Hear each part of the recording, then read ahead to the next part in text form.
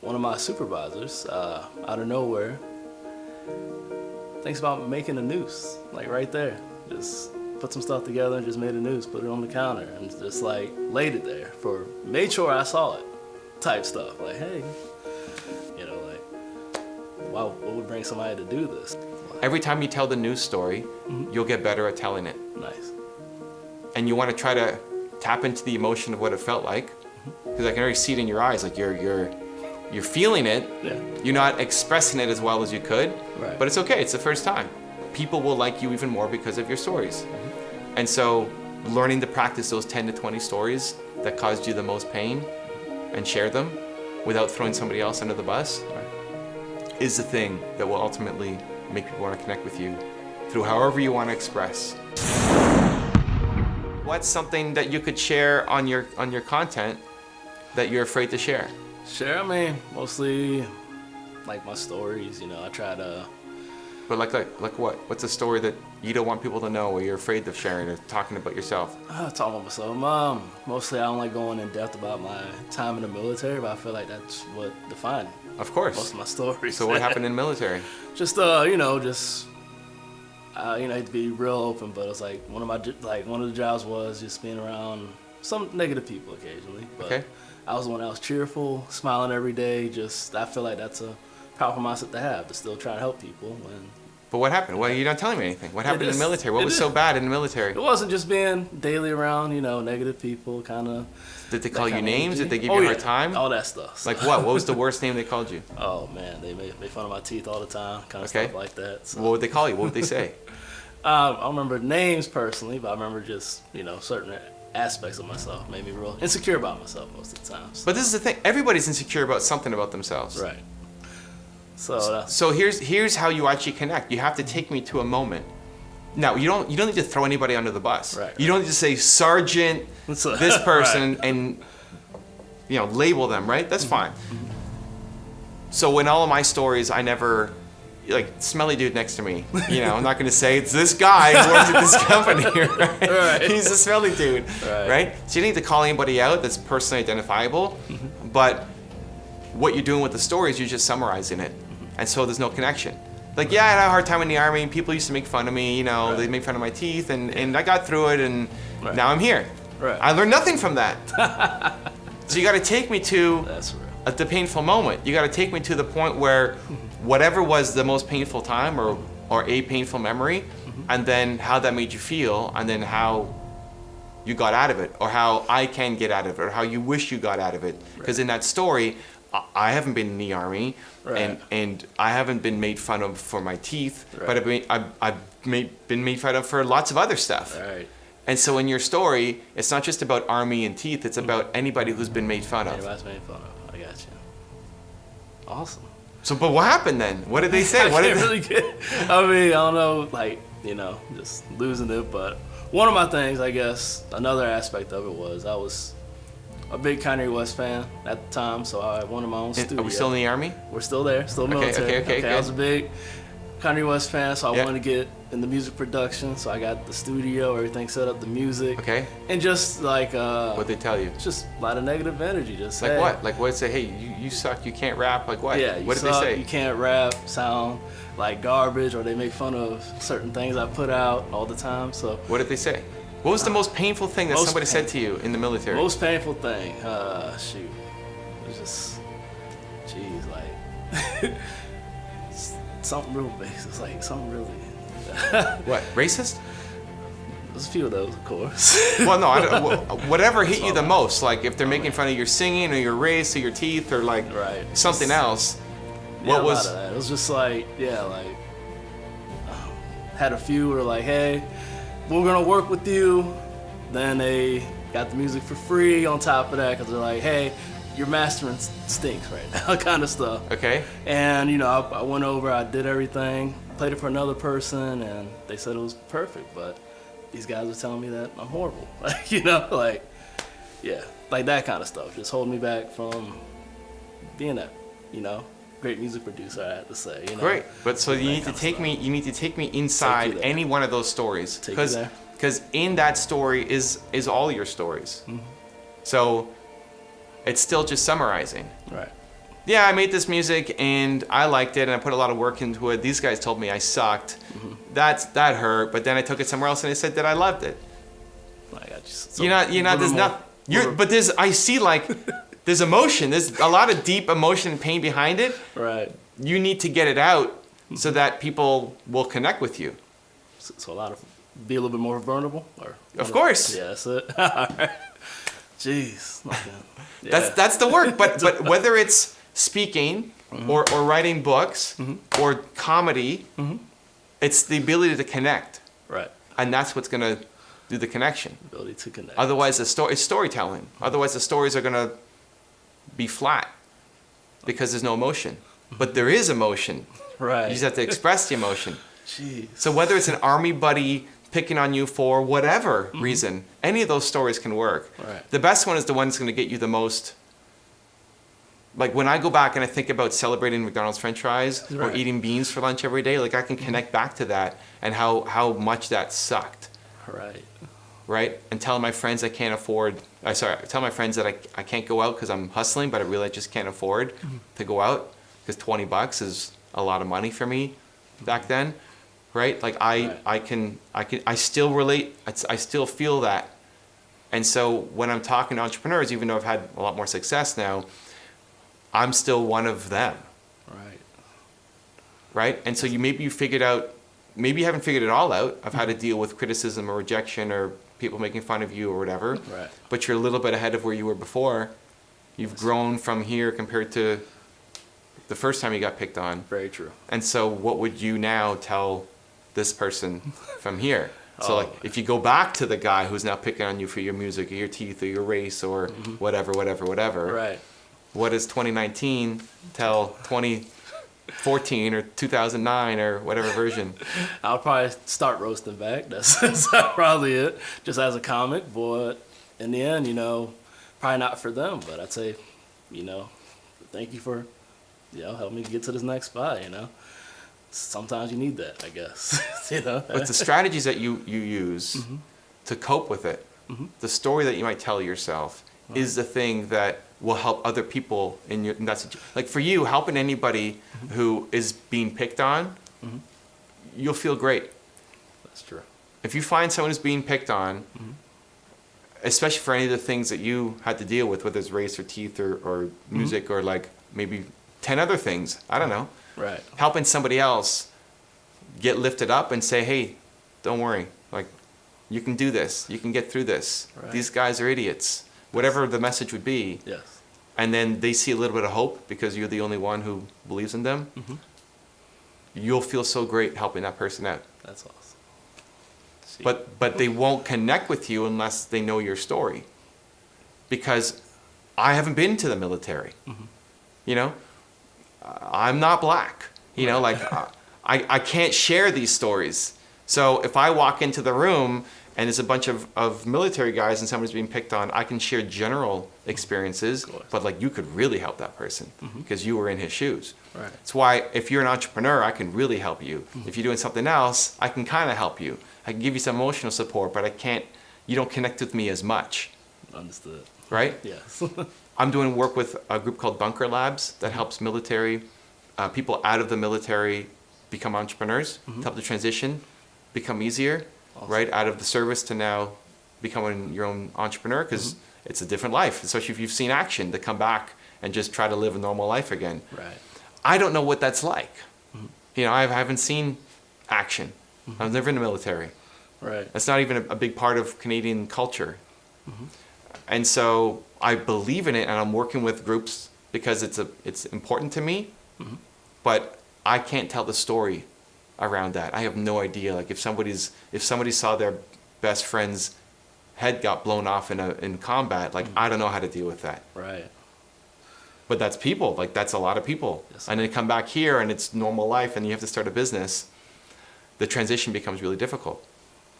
So I want to help those people, but I need a partner to do it. That's why I'm working with Bunker Labs because they have all the stories and the experience of the military and I'm bringing the entrepreneur. So together it works, right? So it's like people need your positivity and happiness and the way that you got through it, but they won't do it without knowing the story.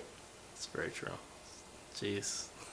so many stories just came back too. So Great. So pick one. Pick one. Oh wow. All right. Here's a good one. All right. She was like one. I worked night shift. It was just really busy night shift. Where? It was North Carolina. No, but like what at a restaurant, at a gas station, at work. a convenience It was store? a late night at work. It was in North Carolina. Like office work? What kind of work? Just office. Like we're in the office. Okay. I worked on the flat line for a little bit. Okay. We're in the office. I wouldn't say I was, I was just minding my business most of the time. I was the goofy guy. Hey, everybody, good to see you. Smiley, all that stuff. And like one of my supervisors, out of nowhere, thinks about making a noose, like right there. Just put some stuff together and just made a noose, put it on the counter, and just like laid it there made sure I saw it, type stuff. Like, hey, like that kind of stuff. And going through my head, I'm like, at that time I was easygoing, so I was like, okay, I don't know what he means by this, but let's keep pressing. But afterwards, I'm still thinking about it, like, what would bring somebody to do this? And I'm working for you. Yeah. know? So a lot of the mistreatment made more sense after the fact. So Great. Okay, but now that's a crazy story. Yeah. Your boss put a Right. noose Right. on your desk. right. And so, but now take me to it. So, Matt, so here's what you want. I want you to take me like I'm sitting there next to you, watching you do this. Right. So, I'm finishing off a late shift. I go to my desk and I see there's this noose Right. sitting on my desk. How does it make you feel? I felt horrible. Like, as I said, I was chill about it initially, but after the fact, it just stayed in my head. Just You were chill about it initially? Initially. There's a noose on your desk and you just chill like, oh, there's a noose on my desk. I know, I was surprised. Okay. Hey, whoa. I think most people would be surprised. Yeah. So I was surprised, and then, thinking about it, I'm like, okay, this guy, rates me every day, it's like, he says, hey, he's gonna stop me from getting a promotion down the road type, so. Of course. So I'm like, should I say something, or should I let it just roll off? So that's where I think I took it chill, was letting it roll off, and it still affected me later on, instead of actually going up to him and saying, hey, what's this about, Like so And then what did you do? So you took a chill and then just did you leave? You quit? He fired you? What happened after? I left, and I noticed it wasn't that I left, it was I left mentally, to where I started gaining weight. This dude was really, he was like overtly hard on me type stuff. Like we had another person on our team that was just a slacker basically. He wasn't hard on that guy. I was the spotlight. Why was he hard on you? I don't know. I was working hard. I was pushing through. I was. So you had a reason. What didn't he like about you? Good question. I wonder. That's what I feel like the noose defined, and and just a lot of that kind of stuff. Me doing some research and noticing some things. I'm like, okay, that might have been the problem. That might have been why he didn't treat me differently, type. And then how long did you stay? It was a couple months after that. So, well, not months. It was a couple years, but still affected me. Still had issues. I was almost paranoid with people, to where I distanced myself from a lot of people, type stuff. So I'm like, Great. okay, somebody's gonna eventually stab me in the back. That's how I felt about a lot of people. Even like a boss that, just because of that one moment. I'm like, okay, just, yeah. Really don't want to. Oh, man. No. You really want to. Like, you I need really to. do. Yeah. That's the only way. That's true. And practice. You need to practice telling that story. And the more you practice, the better it's going to get. Again, without labeling him or telling, you don't even say you work on a line. Like, you could switch it up. Just some kind of context. Like, you're working late where? It's an office? Like, right? I don't care where it is in North Carolina. It's an but office, yeah. working late at an office. So you can relate that to anybody who's dealt with negative people in their life will find that story relatable. He was a difficult person. So even though I was doing research, how to deal with difficult people. So that kind of stuff. So. But to know that you had to go through that, and then the impact that it had on you in the short term of gaining weight and losing self-confidence and doubting yourself, and then in the longer term of I might get stabbed in the back because of one traumatic experience. Right. Now every boss is going to be looking to get me. Right. That's really where I was. So, But that's the story for anybody else who's dealing with that. So now what's the solution? How do I deal with that? If I think my boss is going to stab me in the back. I mean, my solution's been actually communicating with them, communicating where I'm assuming, where I'm at, you know, like what I'm thinking. Say the mistreatment part, just communicating, hey, you know, I don't like that. Okay. Instead of just passing it like that. So standing up for yourself. Standing up for myself, that kind of stuff. And if they still do it, then what? Just taking it to the next one or going to another job or Great. going back. That's actually, shoot, that's really what almost inspired, well, not inspired. Yeah, it did inspire the Lazy Man Hustle. Because basically, I got kicked when I got out about, a couple years ago. And I was surviving without any kind of job, no kind of income or nothing. And when you survive, it was just more like I had patted myself basically to where it was like, hey, I could live, you know, here and build this here and then, you know, go from there. That's the Lazy Man Hustle. So it helped me personally better myself, and something told me to write the book, and so far it's helped people improve their credit and all that stuff. So it's been, So you became an entrepreneur. yeah. So you bet on yourself. that's right. So that's great. Like you can say, listen, you need to stand up for yourself. And you're still not 100% there. Right. Like maybe you still don't stand up for yourself enough in your life. Right. But you're working on it and you want to do better. And for somebody who is in that situation with a boss who's being really nasty or negative towards them, your message is stand up for you. You got to stand up for yourself. Right. You have to do it. And if you stand up and you have a conversation and it doesn't work out, then you need to leave. You need to leave. Go find another job or start your own business. Right. Because being around the boss who is negative towards you or picking on you or putting a noose on your table is not going to lead you to having a happy life or a great career. Exactly. So you have to stand. So, but that's where you get into the storytelling to make it real, and then the message coming out of it. So, you know, stand up for yourself is not really one of my messages. I'm trying to think if I've ever done a video on standing up. I've done videos on like standing up to yourself. Yep. I remember one of the ones that really helped me was the one about being assertive. Okay. Yeah. So. Well, of course, because of what you've dealt with, right? Yes. But this is the thing, for people who are currently dealing with it, they don't know what to do. And so your message, whether it's a book, whether it's your comedy, whether it's videos that you're creating, will be the thing that can help shift them. But they have to know what you went through in order to listen to you. Right. Jeez. That's going to be tough. I already know. Well, what do you do? Do you do tough things or do you easy things? I do tough things. So there you go. So you got to do it. Right? That's it, man. I do tough things. Yeah. Right? And so teaching yourself. So whether it's, there's already been a couple of moments today. So when you're outside the comedy club, bringing people in and saying, hey guys, come on out. That's a tough thing. Great. Yes. You do tough things. Yes. You go and do it.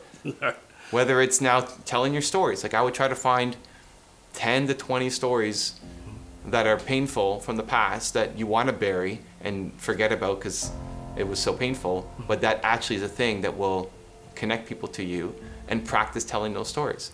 Wow. Every time you tell the news story, you'll get better at telling it. Nice. And you want to try to tap into the emotion of what it felt like, because I can already see it in your eyes, like you're feeling it. Yeah. You're not expressing it as well as you could, Right. but it's okay. It's the first time, and it's a crazy story. Like Right. I liked you even more because of that story, Wow. Thank you. right? And so people will like you even more because of your stories. And so learning to practice those 10 to 20 stories that caused you the most pain and share them without throwing somebody else under the bus Right. is the thing that will ultimately make people want to connect with you through however you want to express. That's so awesome. Your book, your comedy, your videos, you get into merch, like anything. All right. Well, jeez. It's been awesome today. Thank you. Cool, man. And so that's the work. Like, go make a video telling that story. When I first started working with my agent, he said, you need to make a foundation video story. Like, what is your foundation story? Why do you do what you do? Wow. And he said it should be about 20 minutes long. Okay, great. So I recorded it, and in the morning he sent it back. He said, okay, this sucks, like fix these things. I recorded it again at lunch. Wow, this still sucks, fix these things. Recorded it again at dinner. And it's a 20-minute video. It's not just like a 10-second, it's a long thing. Right. And I did it 40 times before we got one that was passable. But looking back now, I can even destroy the one that I did, even after 40 takes, right? So that's the challenge, is on film, even if it's just for yourself, recording that. Just pick the news story, tell it in 5 minutes or 8 minutes or 10 minutes, and then watch it back and say, wow, that sucked, and then do it again. Right. And tell it again, and then you'll get good at being that storyteller. And then when you do your next event, you tell that story, and you'll have a lot of practice in doing it. And then tell a story about the music, and tell a story about the teeth, and tell a story about racism, and then when you're helping people with different issues, you'll have different stories to pull on. If somebody's being picked on because of their race, like maybe Nina's being picked on because she's Chinese, you could tell a story about how being in the military and being black, you got picked on. And it relates, even though she's not black, she's Chinese, but I can't tell, I understand. I'm a white dude, right? Like, I understand. I'm not getting picked on for my race for the most part, right? Right. It's not the same level. I can't complain about that. So I can talk about acceptance and understanding, but you could actually tell that story. But the more you practice that story with yourself and filming it, the better you'll be able to help her get over that fear and insecurity. Awesome. So today, Today? you can go outside Right outside, all right. and film the news story. Film the news story until you can watch it back and have something that you would want to post. Like, it may take you 40 times, 10 minutes each, before you get a story that you're happy posting. So But that's the work. I'll work on You do that. tough things. I do tough things, yes sir. Love it, man. Thank you. Thank you. Thank you for the love. If you want to spend some one-on-one time with me, I have a special offer happening right now. Go check out the website right next to me. Continue to believe, and I'll see you there.